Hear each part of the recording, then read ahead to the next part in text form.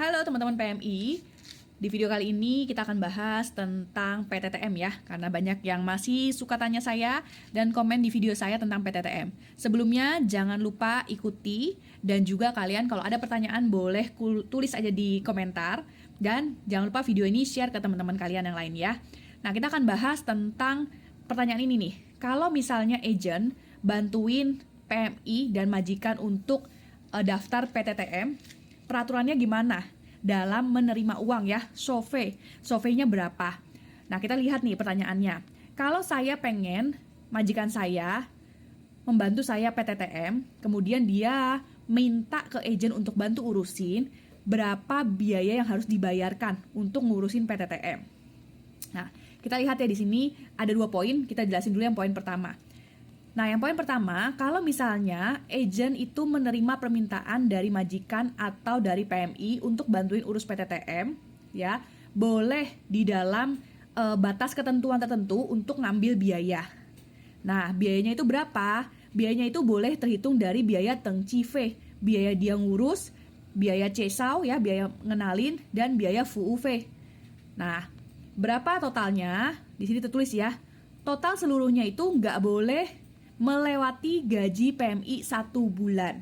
Jadi kalau kalian didaftarkan dengan gaji 24.000, berarti agent boleh minta paling maksimal 24.000. Ya, dan VUV ya, Meinian Putih Caukuo. Nah, jadi artinya VUV biaya agent tidak boleh lebih dari 2.000 NTD per tahun. Di sini ada tertulis juga ya.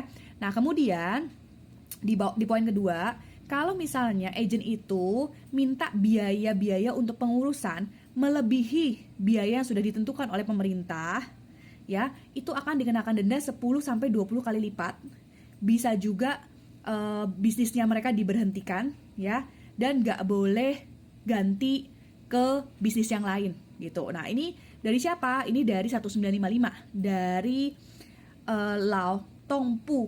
Dia ada informasi seperti ini. Ya, jadi kalau misalnya kalian yang masih bingung nih, kalau misalnya agent bantuin kita urus, boleh nggak sih? Boleh. Berapa biayanya? Nah, biayanya itu boleh maksimal 1 bulan gaji.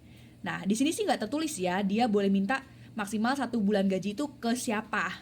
Nah, ada memang peraturannya, nanti coba kita cari juga ya, yang minta 1 bulan gaji ke majikan, 1 bulan gaji ke PMI-nya. Nah, dan ingat nih, biaya agensi, jadi kalian itu PTTM bukannya nggak ada agensi, tetap ada agensi, kalian bayar agensi hanya 2.000 per tahun. Nah, jadi boleh nggak kalau sudah PTTM minta tolong agensi untuk bantu urusin paspor, kalau misalnya mau cuti bantu urusin, atau misalnya kalian mau bantu urusin ke rumah sakit, boleh. Nah, biayanya itu tergantung agensi mintanya berapa. Jadi kalian bayarnya itu jadinya biaya lepas gitu ya. Misalnya, oh kamu mau cuti ya, boleh kita bantu urusin, biayanya sekian gitu. Jadi kalian tinggal bayar ke agent. Nah, kemudian yang 2.000 per tahun ini adalah biaya agensinya. Jadi buat teman-teman yang PTTM itu bukan berarti kalian lepas agensi. Kalian tetap ada agensi. Dan saran aku, tetaplah pakai agensi. Kenapa? Karena untuk membantu kalian, kalau misalnya terjadi hal sesuatu ya, itu agensi tetap bisa bantu. Nah, biasanya masalah yang timbul tuh apa sih? Biasanya itu adalah setelah kalian PTTM, kalian lepas dari agensi. Kemudian majikan ternyata nggak ngasih slip gaji. Kalian nggak tahu gaji kalian berapa. Kalian nggak tahu kalian punya lemburan atau enggak. Kalian nggak tahu yang bayarin asuransi kalian siapa. Nah, karena kalian udah nggak ada agensi, kalian juga nggak bisa ngomong ke majikan, jadi nggak ada yang bisa bantuin. Kenapa? Karena menurut peraturan, kalau kalian sudah PTTM dan kalian tidak ada agensi, maka perjanjiannya itu adalah antara kalian dan majikan.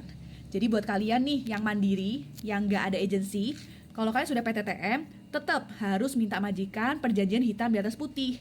Gaji kalian berapa? Nanti pada saat kalian cuti bagaimana? Yang kalau misalnya cuti yang bayar tiket pulang siapa? Yang bayarin asuransi siapa? Nah, itu juga harus ada loh ya. Jadi kalian jangan merasa, saya udah PTTM nggak perlu agensi. Enak nih, uang saya lebih murah. Belum tentu ya. Kadang ada juga loh yang cerita ke saya, gajinya dia jadinya kok nggak sesuai ya. Katanya didaftarinnya 26 tapi kok dapetnya nggak 26. Tapi majikan nggak bisa ngasih slip gaji. Nah, jadi bingung kan mau lapornya ke siapa. Jadi teman-teman yang PTTM tetap pakai agensi aja, karena itu juga membantu kalian, melindungi kalian. gitu ya. Jangan lupa share video ini ke teman-teman kalian. Nih aku kasih agak jauh biar bisa di screenshot, dikasih lihat juga ke majikan kalian. Ini ada kok di websitenya Lao Tongpu, jadi bisa lihat juga.